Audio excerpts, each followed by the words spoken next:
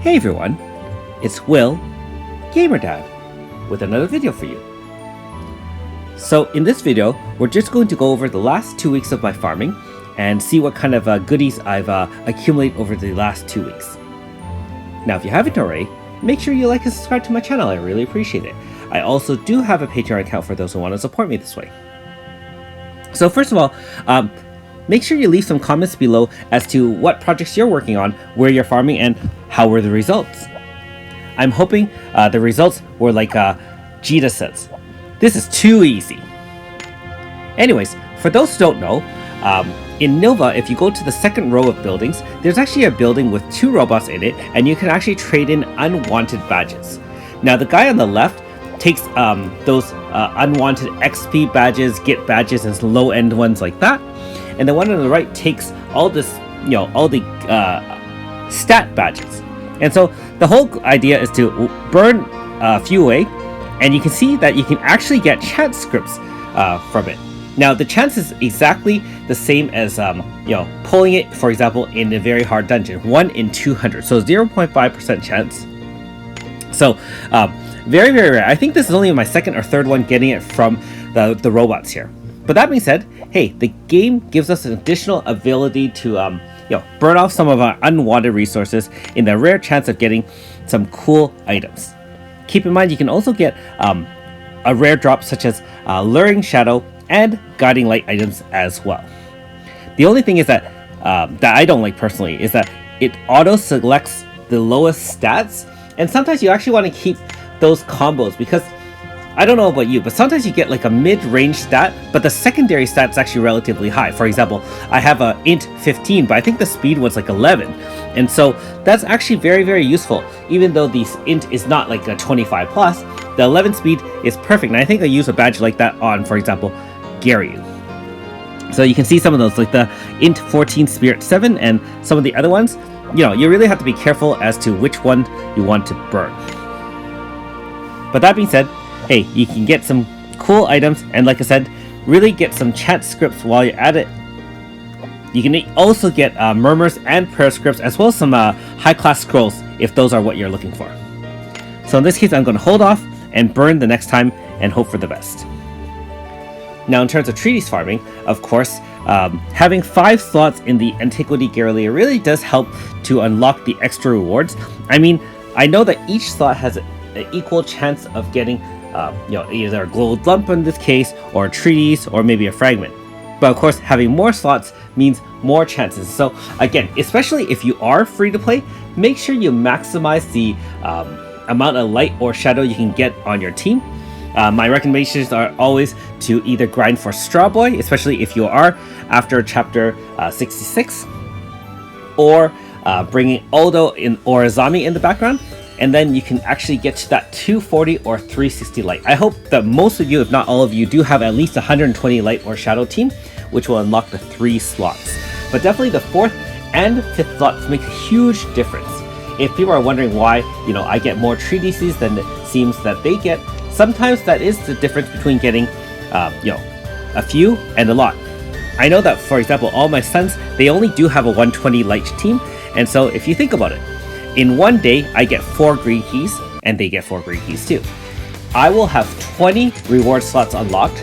No, actually, sorry, 10 reward slots unlocked because you can only run it twice using 2 green keys each. They'll only have 6 reward slots unlocked. So if you think about it, I'm getting essentially an extra 66% of rewards, and that's over a month, 2 months, or 3 months. So make sure you really grind that out, and 240 is the next milestone for sure, before getting to that coveted 360 mark. Now in terms of these treatises, as you've noticed, none of the really cool ones that we're looking for lately. So because of the power creep, there definitely is a lot more powerful AS characters to aim for. And for example, Crimson Ray Treatise is just not going to cut it nowadays with the advance of the Melodiva, for example, or the Asta Antica. So those are for AS Seal and AS Foreign respectively. Now if you're wondering, I only still have the 1 for AS Foreign and none for AS Seal. And due to some of those limitations, I haven't finished beating the twins yet.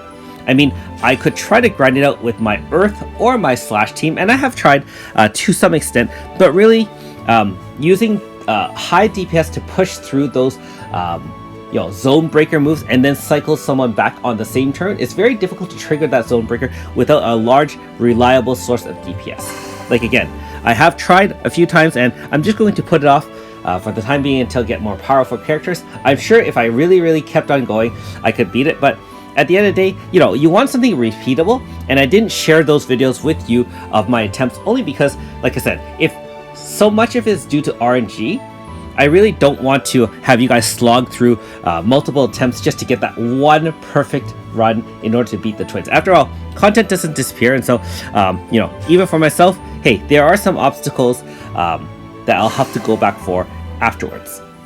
If you've been following my channel, you might recall the one time I couldn't beat the Fire Raccoon in the Antiquity Horrors, and that was before the advent of having, for example, a Dewey 5-star manifested or Dewey regular 5-star, as well as a Shani manifest, because at the time I had no AS Yuna and AS Annabelle hadn't come out yet, and so without a reliable source of Water Zone and enough DPS, I was just dying to its 5th turn 9999 and just did not have enough water DPS to finish it. I believe I was still actually using a 5-star Cyrus at the time too, so I've come a long way since then, and I'm sure either as a free-to-play or if you're a Dolphin, Minnow, or even higher, you'll probably have much more powerful units now. So definitely, if you don't have the chance to beat some of the toughest bosses in the game now, feel free to come back to it later. There you go, another Mazaguchi treatise. I really haven't gotten around to upgrading some of those 4 stars to those AS characters, and if you're wondering why, a couple of reasons actually. One is, actually, I do have to save chat scripts for some of the future content, and I will go over that in another video. So that's one of the main reasons I haven't upgraded. And my normal strategy, hold until you absolutely need the upgrade. Now on another note, you can see that I'm at the 104 shadow mark for Guildna, and at 105 you do get extra speed plus 20, so that's going to make a huge difference on using him so he can act first and use his calamity to wipe out everyone as an AoE, or even during AF so he can land a few extra hits. Guildna is one of the better 5-star free characters, and so I'm really trying to power him up in Snake Liver Damaku very hard. So if you're wondering, all my red keys are currently going there. I did use all my red keys and finish all the rewards in Very Hard Mementos. And there you have it. Another shadow, and that should bring us to the required milestone. So with the extra 20 speed, that's going to make him awesome. And the next milestone is at 140 shadow, where he's going to get endurance plus 20. That, in my opinion, is not as good as that, but this is really why people who spend a lot of money in the game can get more powerful characters, because although dupes don't really unlock any special abilities other than just getting the first 5-star, as you get higher stats, especially at 16 a shot, and you can get to that 75 or even 105 dupe, you really do get a lot of these extra plus 20, plus 15 kind of stats, and that really can make the difference between winning and losing as you get through harder content. Now in this case, Gariyu, being that he was at the 174 shadow mark, I finally got him up to 175, and I know that future Gariyu is coming probably in the next month with Goddess of Time Part 2, so I'm really trying to do as many runs in Antiquity Gariyu so I can concentrate on upgrading Serene's light in the future once that gets released. So 175, you can see the next one is a 215, and that int 25 would be amazing. Anyways, thanks for watching. We'll see you next time.